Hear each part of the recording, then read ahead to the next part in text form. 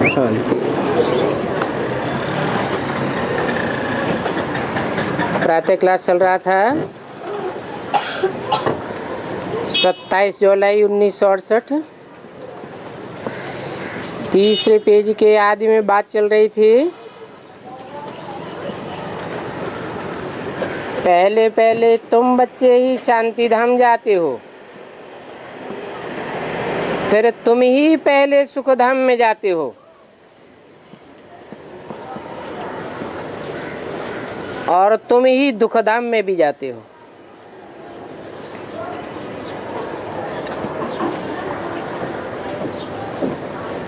जब सुख धाम में जाते हो तो वहां भी अशांति की जरा भी बात नहीं होती है। फिर बाद में नीचे उतरना होता है और minute by minute, second by second तुम्हारी उतराई होती जाती है। नई दुनिया से पुरानी दुनिया होती जाती है।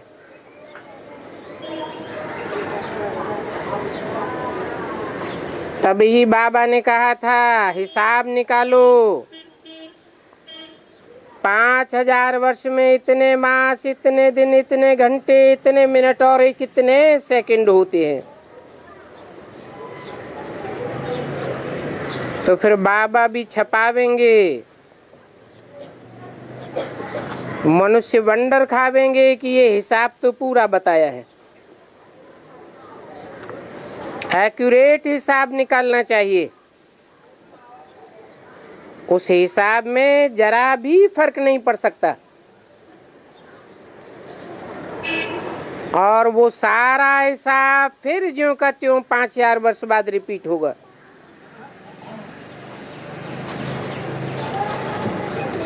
ये रोल बड़ा ही वंडरफुल है। इनका माप आदि भी नहीं कर सकते हैं। सारी दुनिया का जो पार्ट चलता है टिक टिक होता रहता है। चाहे वो जड़ का पार्ट हो या चैतन्य का पार्ट हो, और किसी का भी एक सेकंड का पार्ट दूसरे सेकंड से मिल नहीं सकता। ये ड्रामा का चक्कर फिरता ही रहता है। वो होता है हद का ड्रामा। आगे तो तुम इस बेहद के ड्रामे के बारे में कुछ भी नहीं जानते थे। मनुष्यों को भी ये पता नहीं है कि यह अविनाशी ड्रामा है। बनी बनाई बन रही है। जो होना होता है वो ही होता है। कोई भी नई बात नहीं होती है। अनेक बार सेकंड बाय सेकंड ये ड्रामा रिपीट होता रहता है।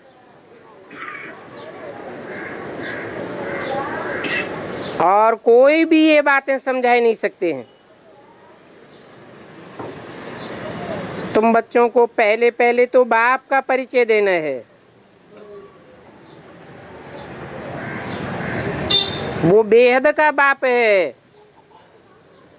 बेहद का बाप बेहद का वर्षा देते हैं।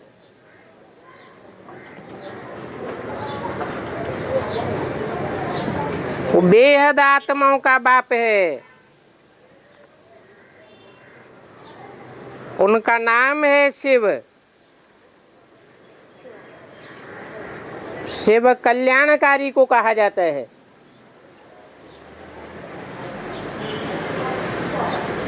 कल्याण और अकल्याण इसी दुनिया की बातें हैं। साकार दुनिया में ही कल्याण किया जाता है, और साकार में आकर के कल्याण करते हैं। आते भी हैं बेहद मनुष्य सृष्टि के बाप में। उनकी तो आत्मा का ही नाम है शिव। बाकी और कोई भी आत्माओं का नाम आत्मा के ऊपर नहीं होता है। जो भी पार्टधारी आत्माएं हैं सबका नाम शरीरों के ऊपर होता है, क्योंकि सब शरीर द्वारा पार्ट बजाते हैं, देवान में आते हैं नंबरवार। एक ही वो तुरिया सेल से सोल है जो देवान में कभी नहीं आती, इसलिए उनकी आत्मा का ही नाम शिव है।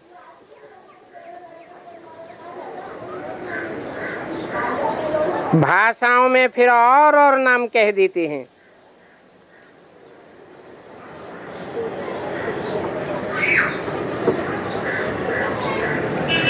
मुसलमान रूह को कहते हैं,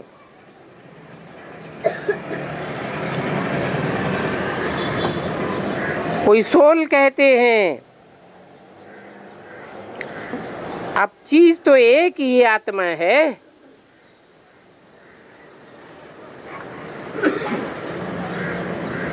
और आत्माओं के बीच में परम पार्ट बजाने वाली आत्मा परमात्मा कही जाती है।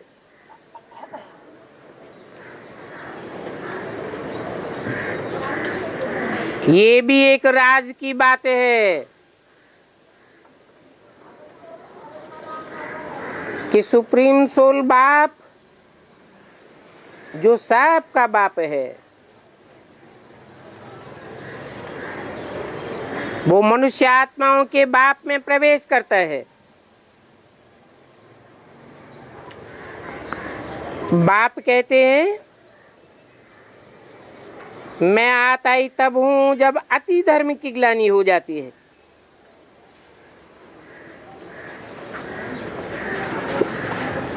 उस ग्लानि के टाइम का नाम है घोर कलयुग। यहाँ बहुत दुख है। कहते हैं ऐसे घोर कलयुग में पवित्र कौन रह सकता है।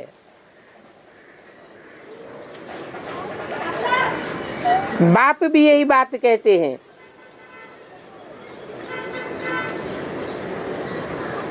कि यहाँ कोई भी पवित्र नहीं रह सकता, परंतु उन सन्यासियों को इस बात का पता नहीं है कि इन्हों को पावन बनाने वाला कौन है। कौन है? जो कभी भी अपवित्र नहीं बनता, उसके ऊपर काल का प्रभाव नहीं पड़ता। चाहे घोर कलयुग की दुनिया में ही क्यों ना आता है, पतित से पतित आत्माओं के बीच में क्यों ना आवे,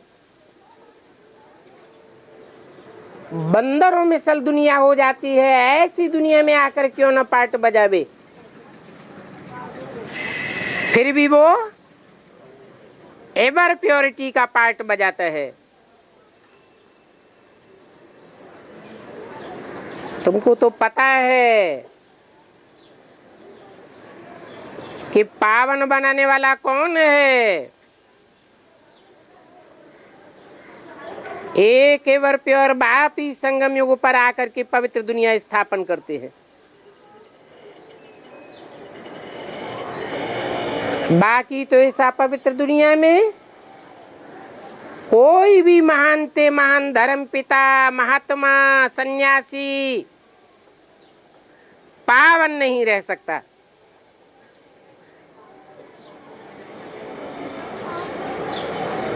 जो नई दुनिया बनाते हैं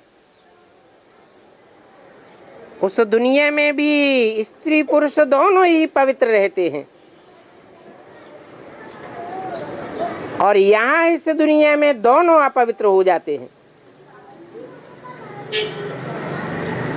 ये है ही अपवित्र दुनिया।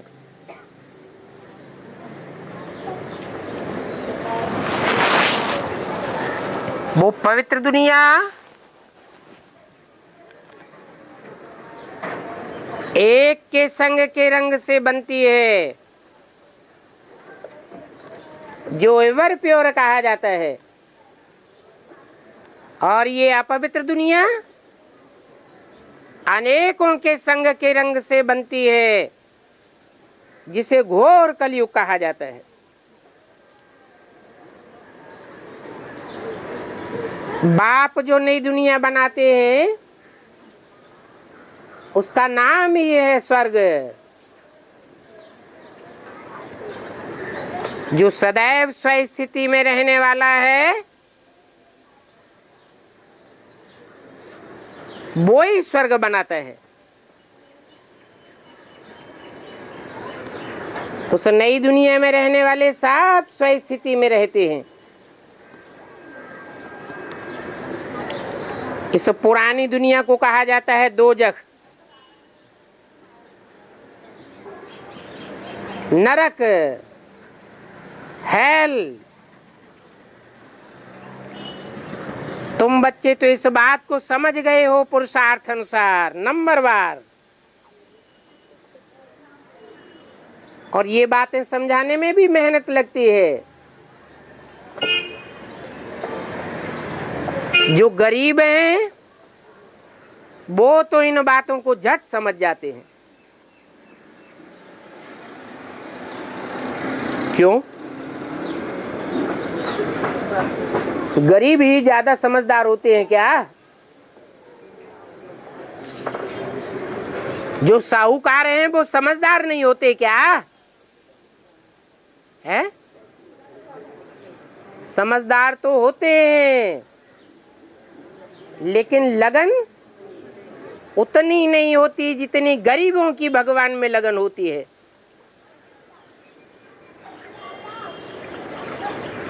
गरीब निवाज एक ही बाप गया हुआ है,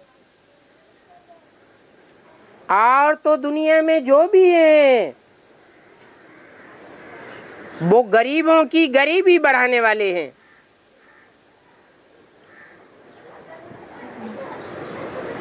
खुद साहूकार बनना चाहते हैं और सारी दुनिया को गरीब देखना चाहते हैं। एक बाप ही है जो गरीब निवास गाया हुआ है।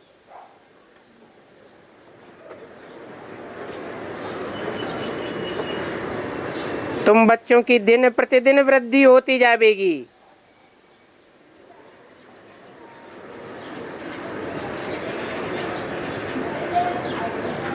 फिर तुम्हारे रहने का मकान भी इतना बड़ा होगा।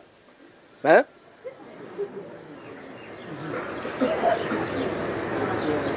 ये क्या बात हुई? मकान माना? तुम तो आत्मा हो ना, तो आत्मा का मकान कहो, घर कहो, किला कहो। जैसे शहद की मक्खियों का मकान होता है, किला होता है, ऐसे ही तुम्हारा संगठन रूपी किला इतना बड़ा होगा।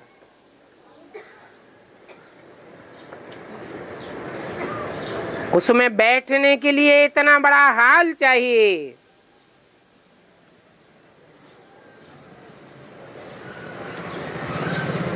वो हाल भी जरूर बनाना पड़े।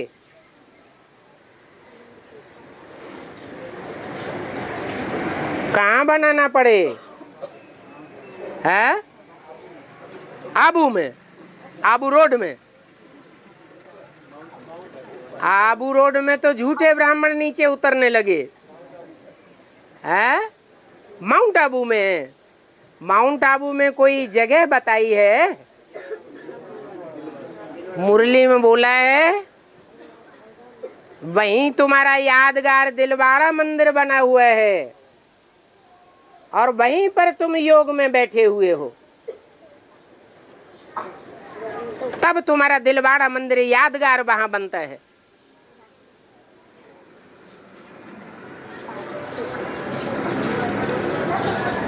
उन ब्राह्मणों का तो दिलवाड़ा में नहीं बनता है, तुम्हारा जमावड़ा दिलवाड़ा में होता है। तो इतने बच्चे आवेंगे क्योंकि बाप तो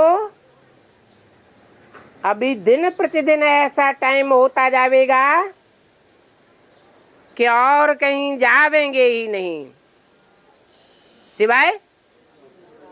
सिवाय तुम बच्चों के संगठन रूपी किले के।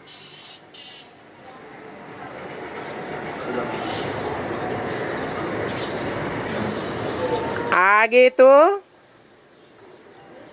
बिगर कोई के कहे भी बाबा आप ही चले जाते थे। बंबई दिल्ली की तरफ परिक्रमा दे करके आए हैं। अभी तो बहुत बच्चे यहाँ आते हैं और आगे चल करके और भी आते रहेंगे। ठंडी में भी प्रोग्राम बनाना पड़े। कौन सी ठंडी है? जब चारों तरफ दुनिया में पुरुषार्थ ठंडा होने लगे, ऐसे ठंडी के सीजन में भी तुम्हारा प्रोग्राम बनाएंगे। फलाने समय आओ, तो फिर भीड़ नहीं होगी। हाँ, सभी एक ही समय तो इकट्ठे आ नहीं सकते। बच्चे वृद्धि को पाते रहेंगे। कौन से बच्चे हैं? बेसिक के बच्चे नहीं है क्या?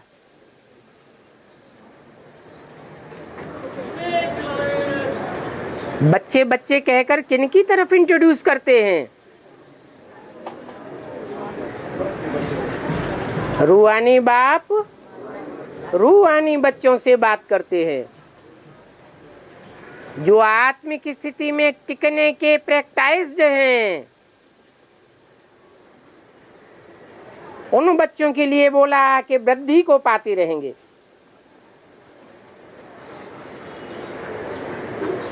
बच्चे ही कहते हैं बाबा अभी तो एक बड़ा हाल बनावे।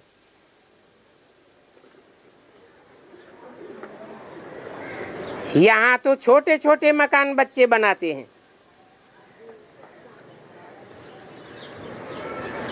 वहां तो ढेर महल होंगे।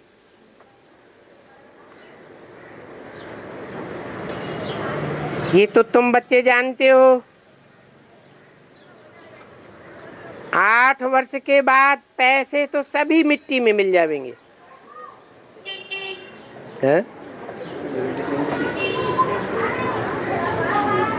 68 के बाद 8 वर्ष ऐड किए तो कितना आया? सभी पैसे मिट्टी में मिल गए क्या? है? जब नया ज्ञान ले लिया तो दुनिया ही बदल गई।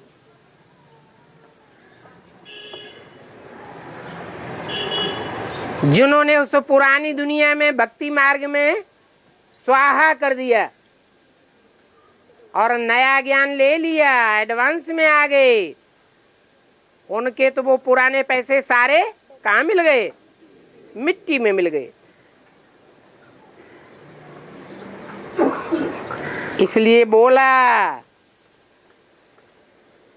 किसकी दबी रही धूल में?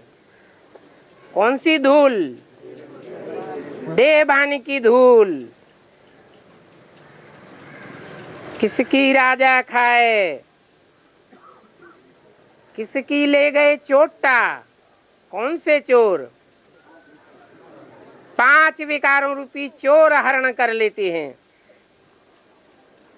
और किसकी आग जलाए? कौन सी आग? काम विकार की आग सारी संपत्ति को नष्ट कर देती है। मनुष्य छिपाने के लिए गड्ढे खोद खोद करके अंदर रख देते हैं। ऐसे तो बहुत करते हैं। या तो चोर ले जाते हैं, जमीन हिलती है तो खड्डों में कहां का कहां चला जाता है। कौन सी जमीन की बात है?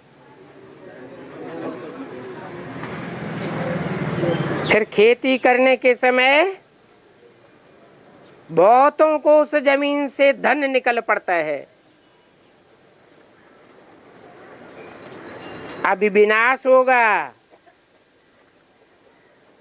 सब दब जाएगा।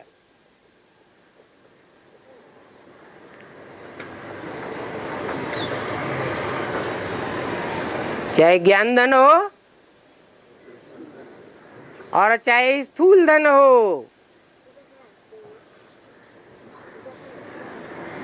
सारा गया। बहुतों ने तो अपने महल माड़ियां अटारियां, खेती बाड़ी, सारी प्रॉपर्टी बेच करके भक्ति मार्ग में स्वाहा कर दी।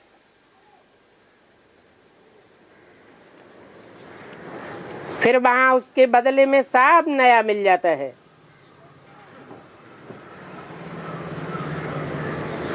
बहुत से ऐसे राजाओं के किले हैं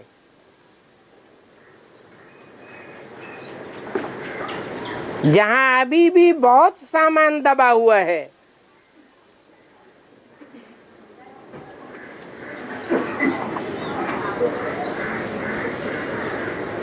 फिर गवर्नमेंट कहती है ठेका उठाओ, जो भी निकलेगा आधा तुम लेना, आधा हम लेंगे, खर्चा तुमको देना पड़ेगा। फिर निकले या न निकले तुम्हारी तकदीर के ऊपर। न भी निकले, कहते हैं यहां तो हीरे निकलेंगे। फिर निकलेंगे तो आधा तुम्हारा और आधा गवर्नमेंट का। फिर नीलामी होती रहती है। कहीं कहीं बड़े बड़े हीरे भी निकल आते हैं। है कौन से हीरों की बात? तो हजारों लाखों की उन बड़े बड़े हीरों से आमदनी हो जाती है।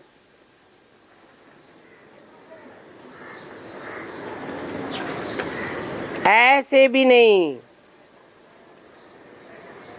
कि स्वर्ग में तुम ऐसे खोद खोद करके निकालेंगे।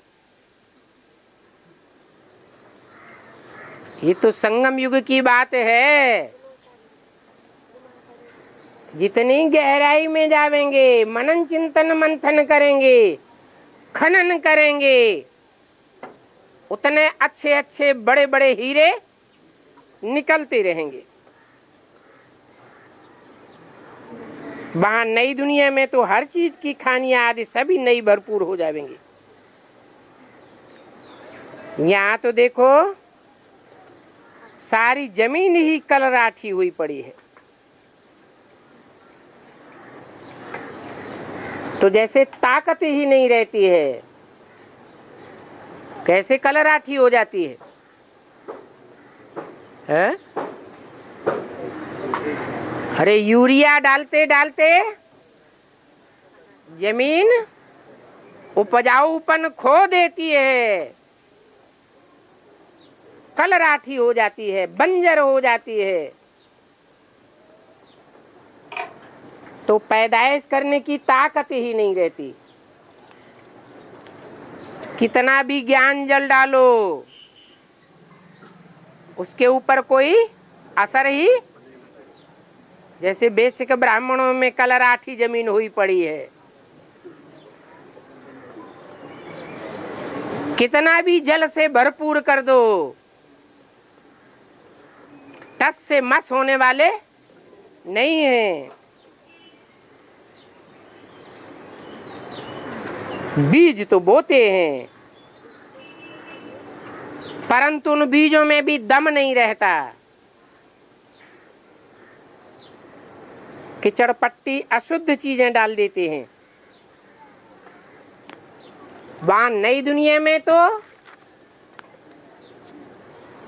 ऐसी यूरिन आदि कीचड़ पट्टी की बात ही नहीं है। यहाँ तो देखो पैदाइश भी मूत्र से होती है, वहां तो कीचड़ पट्टी का नाम निशान नहीं होता है। 27 जुलाई 1968 की वाणी का चौथा पेज। वहां तो एवरीथिंग न्यू होता है। स्वर्ग का साक्षात्कार भी बच्चियां करके आई हैं, परंतु यहाँ तो वो चीजें आदि कुछ बना ही नहीं सकती। वहां नई दुनिया की ब्यूटी नेचुरल होती है। कृष्ण का जन्म कैसे होता है वो भी बच्चों को साक्षात्कार कराया है।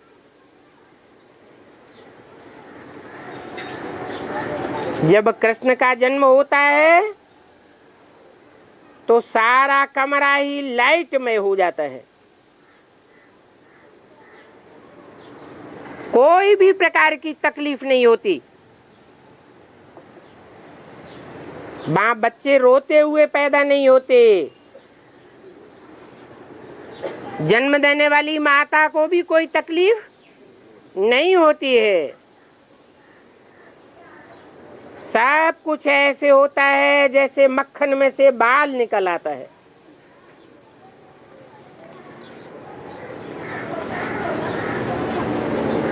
अच्छी अच्छी नर्सें आगे खड़ी हुई होती हैं। नर्सें माने दासियां, दाइयां, झट बच्चे को गोद में उठाई लेती है। कायदे अनुसार बच्चे को खाना दूध आदि मिलता रहता है। अब देखो कृष्ण की महिमा कितनी है। कौन से कृष्ण की बात है? संगमयुगी स्वर्ग में प्रत्यक्ष होने वाले कृष्ण की बात है। सतयुग के कृष्ण की शास्त्रों में कोई भी महिमा नहीं है। अभी बाप ने ये बात तुमको समझाई है। क्या कि संगमयुगी कृष्ण अलग और सतयुग में पैदा होने वाला कृष्ण अलग। ये बात की समझाने देने वाला भी बाप ही है। ये भी एक बाप की पहचान हो गई। एक नीलकंठ महादेव का भी मंदिर है। मनुष्य समझते नहीं है कि ऐसा नीलकंठ महादेव का मंदिर क्यों बनाया है। मंदिर किस बात की यादगार है? जो प्रैक्टिकल में हुआ है उसकी यादगार भक्ति मार्ग में बनाई जाती है।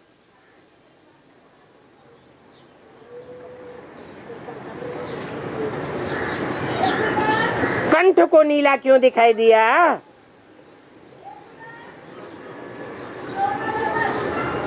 कोई भी चीज पेट में पचाई जाती है या कंठ में पचाई जाती है, फिर कंठ नीला क्यों दिखाया?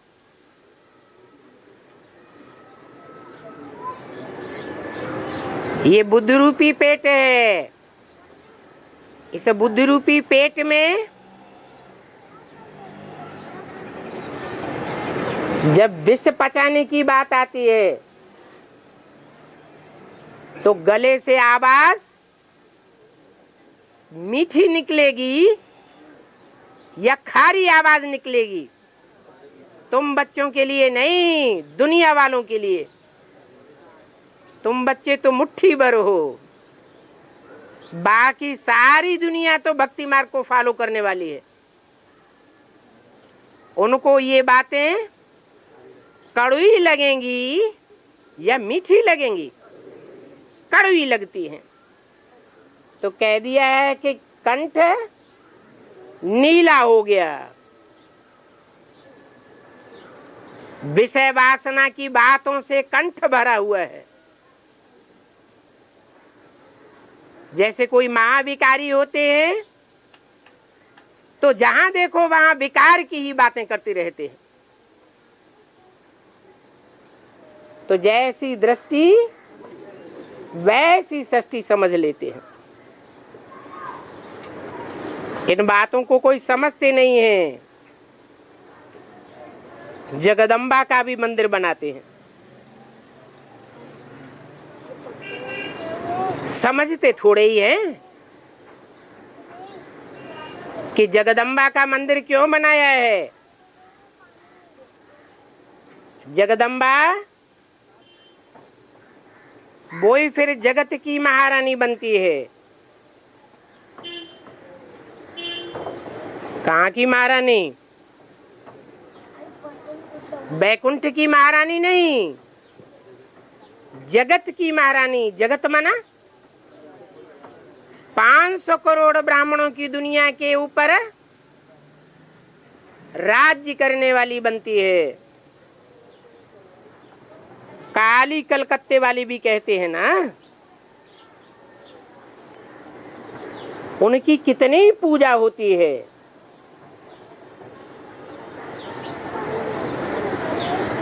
पूजा किस बात की निशानी है? जरूर ऐसी पवित्रता धारण की है जो जगत के बड़े बड़े धर्म पिताओं ने नहीं पालन कर पाई।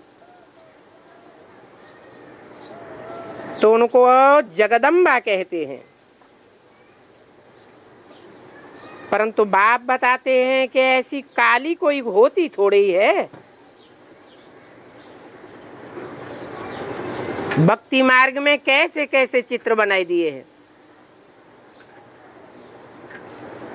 चित्र किस बात की निशानी है? कोई ऐसा चरित्र भयानक बजाया है जो ऐसा चित्र बनाई दिया है। बाकी ऐसे नहीं है कि रूप स्वरूप रंग से कोई काली होती है। मनुष्यों को बलि चढ़ाना, भक्ति मार्ग में इसको महाप्रसाद कहते थे। अब महाप्रसाद क्यों कहते हैं, इसका अर्थ कोई समझते ही नहीं। किसी की हत्या हो जाए और हत्या करके उसका प्रसाद बांटा जाए, देवी पर अर्पण करके, वो महाप्रसाद कैसे हो सकता है? कैसे हुआ?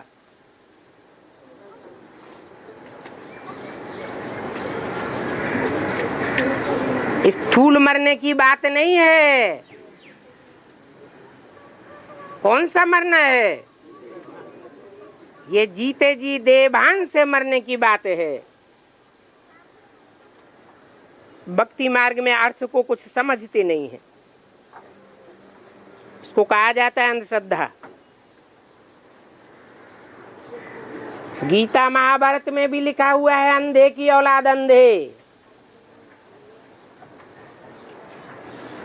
परंतु मनुष्य ये भी नहीं समझते हैं कि अंधे का अर्थ क्या है। क्या अर्थ है? अज्ञानी। बच्चे समझते हैं आज कितनी बड़ी दुनिया है, कितने मनुष्य हैं, और कल बाकी कितने रहेंगे। तुम तो अभी संगम पर बैठे हो।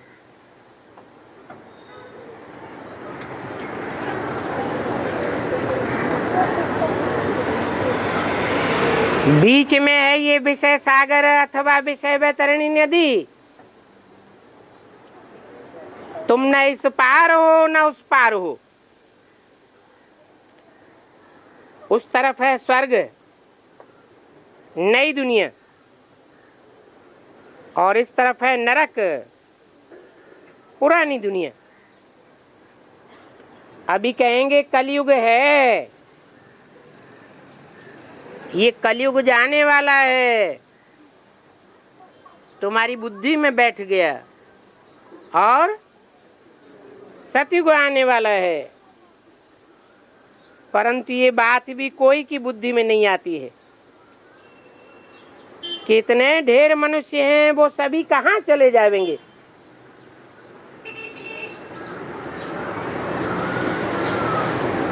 बल जैद गुरुदेव के फॉलोअर्स हैं, उन्होंने भी ये नारे छपवाए चारों ओर।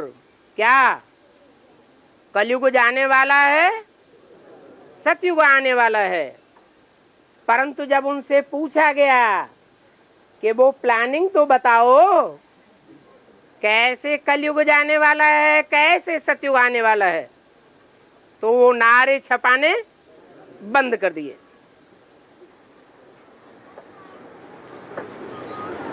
जैसे बेसिक ब्राह्मणों में जहां जहां पहले सेंटर खोले जाते थे, तो दरवाजे पर कृष्ण का चित्र लगाया जाता था।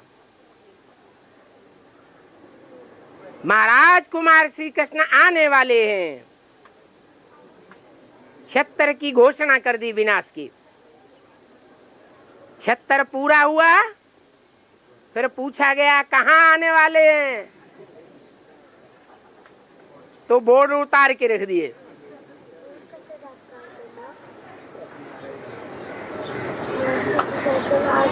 बाप कहते हैं किसी की बुद्धि में नहीं आता कि इतने ढेर मनुष्य कहाँ चले जाएंगे।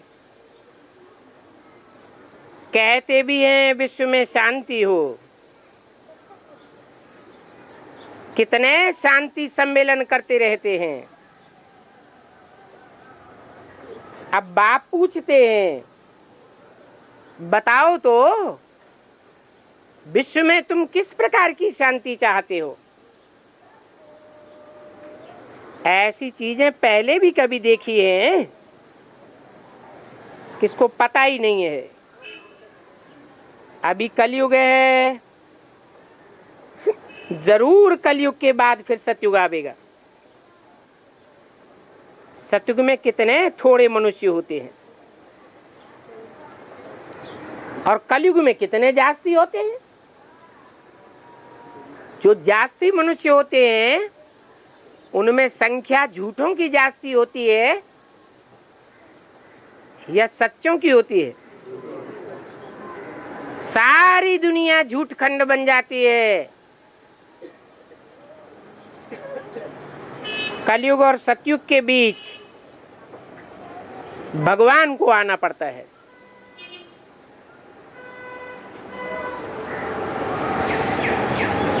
उसको कहते हैं सच्चित्तानंद। वो एक ही सत्य है, और बाकी इस दुनिया में सब नंबरवार झूठे हैं। वो एक ही है जो अनेक धर्मों का, असत धर्मों का विनाश और एक सत धर्म की स्थापना करते हैं। इसके लिए त्रिमूर्ति भी दिखाई जाती है। ब्रह्मा द्वारा स्थापना, काय की स्थापना? ब्रह्मा द्वारा ब्राह्मण धर्म की भी स्थापना, वो तो पहली बात। फिर ब्रह्मा और ब्राह्मणों द्वारा किसकी स्थापना? सच्चखंड की स्थापना, नई दुनिया की स्थापना। और बाकी शंकर द्वारा पुरानी दुनिया का, असत्य धर्म खंडों का, धर्मों का विनाश गाया हुआ है। जो सच्चखंड की स्थापना होती है उसमें विष्णु द्वारा पालना दिखाई है, परंतु इन बातों को कोई समझते नहीं है। समझाने के लिए बड़ी मेहनत करनी पड़ती है। द्वारा कहा तो जरूर कोई मीडिया तो चाहिए ना, ऐसे भी नहीं कि एक ब्रह्मा ही मीडिया बनता है। नहीं, तीनों ही मूर्तियां प्रैक्टिकल में मीडिया बनती हैं। हाँ, ये कहेंगे कि करोड़ों पुरुषार्थ करने वालों में से कोई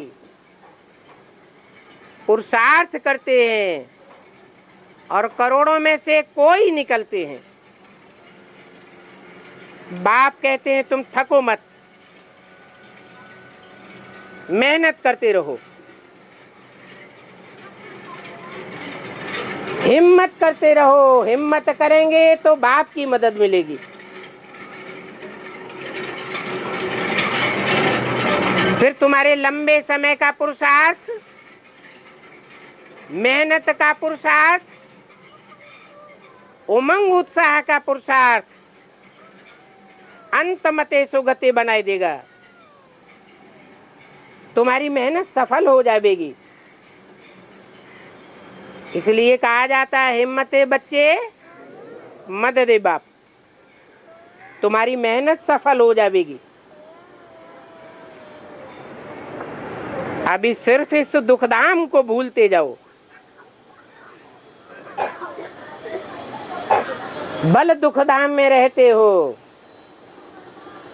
लेकिन मन बुद्धि से इस दुखधाम को भूलना है। कल्प कल्प बाप आकर ऐसे समझाते हैं, और बाप संगम युग पर ही आकर के नई दुनिया की स्थापना और पुरानी दुनिया का विनाश करते हैं। कितनी सहज समझानी है। ये नई दुनिया बनाने का काम और पुरानी दुनिया को ध्वस्त करने का काम सिवाय बाप के और कोई कर ही नहीं सकता। अच्छा, बाप बच्चों को कहते हैं गिराव डालो। कहेंगे बाबा घेराव डालने में तो बहुत खर्चा होगा। अरे, खर्चा का तुम क्यों ख्याल करते हो? बाप तुमको डायरेक्शन देते हैं ना। क्या? सेंटर्स का घेराव डालते जाओ।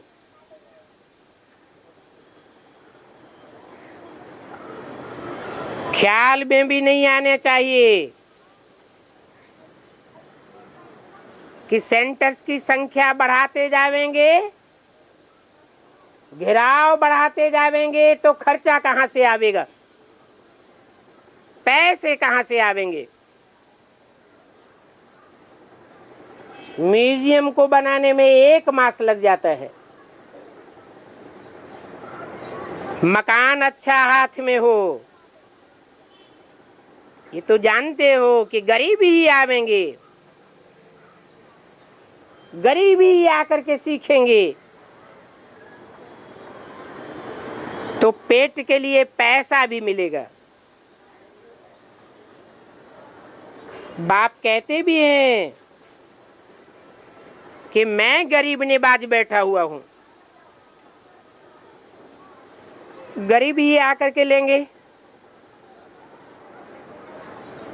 साहूकार लोग भी जागेंगे, परंतु बहुत देरी से जागेंगे। नहीं तो कहेंगे कि भगवान भी साहूकारों के पिछाड़ी पड़ता है। ब्रह्मा के तन में आया, तो लोगों ने क्या कहा, भगवान आता है तो क्या हीरों के जवाहराती के पीछे ही आता है? भगवान को तो गरीब निवाज कहा जाता है।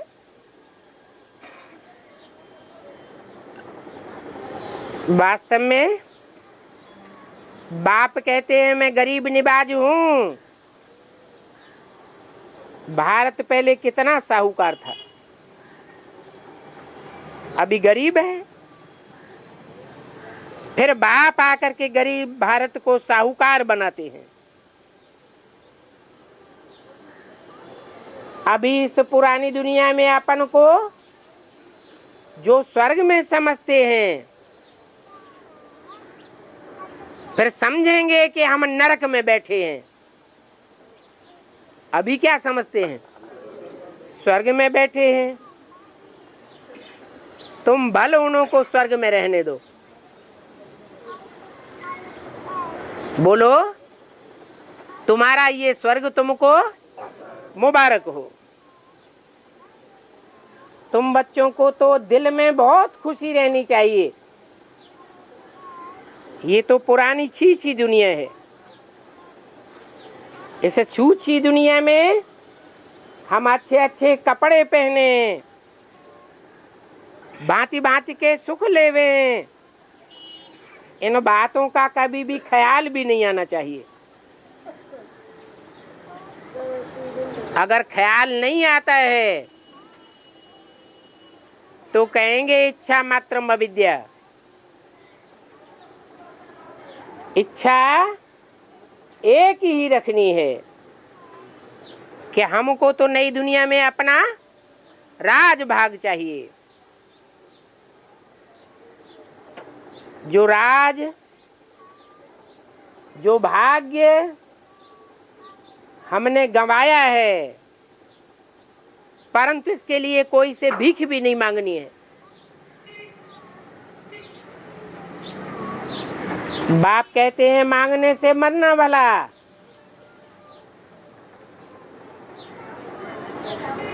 तुमको बाप पुरुषार्थ करना सिखाने आए हैं। तुम पावन बनते हो। जहाँ प्योरिटी होती है वहाँ सब प्रकार की सुख साधन सामग्री स्वतः ही आ जाती है। तुम पावन बनते हो तो पतित मनुष्य बिगड़ डालते हैं।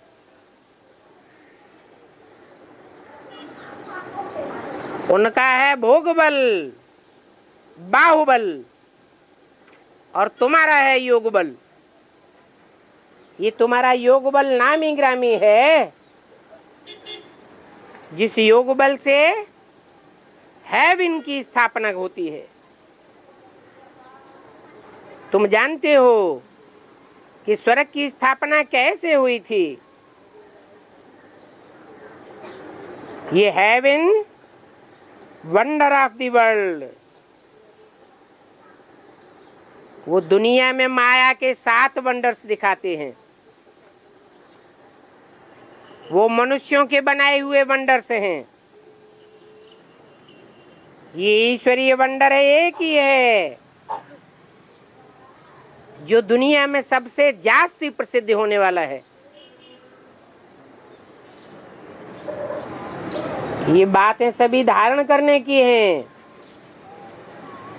बाप के बच्चे हैं तो अंदर ही अंदर हर्षित होना चाहिए। इन बातों को भूलना नहीं चाहिए।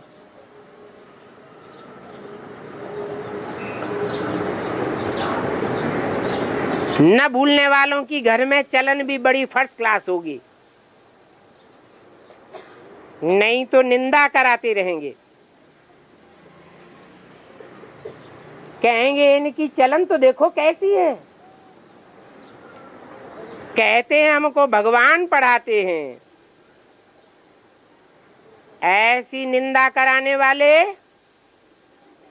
नई दुनिया में उच्च पद नहीं पा सकते। इसलिए गाया हुआ है, सदगुरु निंदक ठौर न पावे।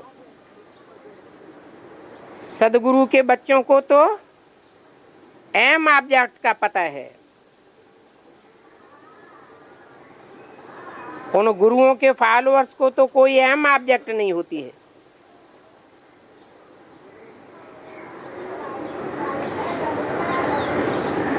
अच्छा, बच्चों को गुड मॉर्निंग और नमस्ते।